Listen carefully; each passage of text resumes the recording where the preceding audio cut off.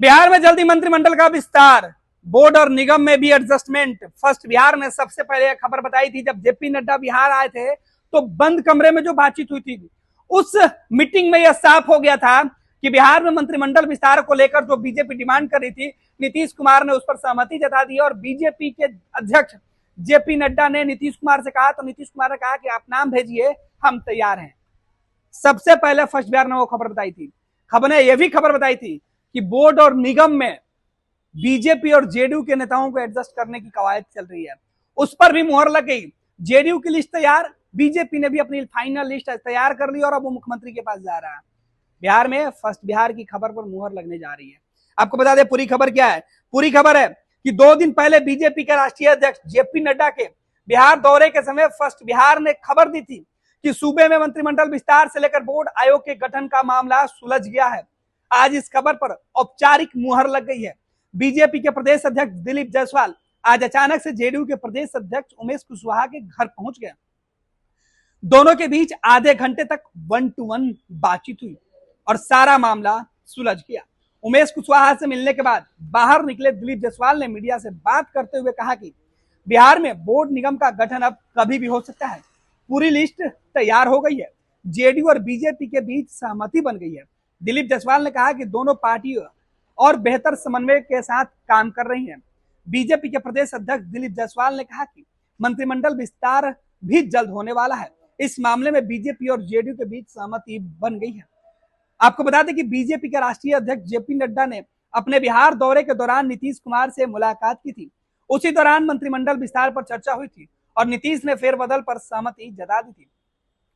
BJP सूत्र बता रहे हैं मंत्रिमंडल के फेरबदल में कई मंत्रियों की छुट्टी हो सकती है। वैसे तो दिलीप जायसवाल को खुद मंत्री पद से इस्तीफा देना है, वे बीजेपी के प्रदेश अध्यक्ष बन गए हैं और एक व्यक्ति एक पद की नीति के तहत उन्हें मंत्री पद छोड़ना पड़ेगा। इसके साथ ही बीजेपी के 3 मंत्रियों पर तलवार लटक रही है। मंत्रिमंडल से उनकी छुट्टी हो सकती है और ये नए लोगों को जगह दिया जा सकता है। इधर दिलीप जायसवाल से हुई मुलाकात के बाद उमेश कुशवाहा ने मीडिया से बात करते हुए कहा कि बीजेपी जेडीयू में बेहतर कोऑर्डिनेशन के लिए बातचीत हुई है। दोनों पार्टी मिलजुल कर बेहतर काम कर रही है और संबंधों को और मजबूत बनाने की पहल की जा रही है। अमूमन ऐसा होता है, जब बोर्ड निगम या मंत्रिमंडल विस्तार की बातें आती है तो दोनों पार्टियों के जो शीर्ष नेता होते हैं वो आपस में मिलकर विचार विमर्श करते हैं।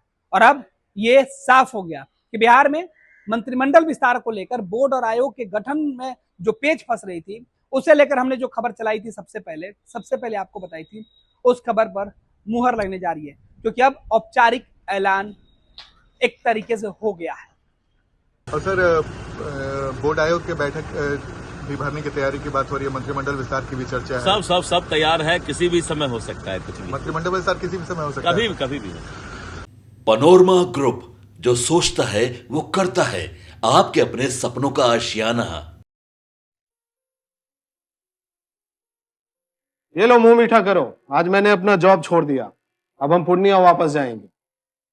जॉब छोड़ दिया है? मतलब ये घर कैसे चलेगा? हम करेंगे क्या? और माँ बाबूजी क्या बोलेंगे? इसलिए मैं एक और मिठाई का डब्बा लाया।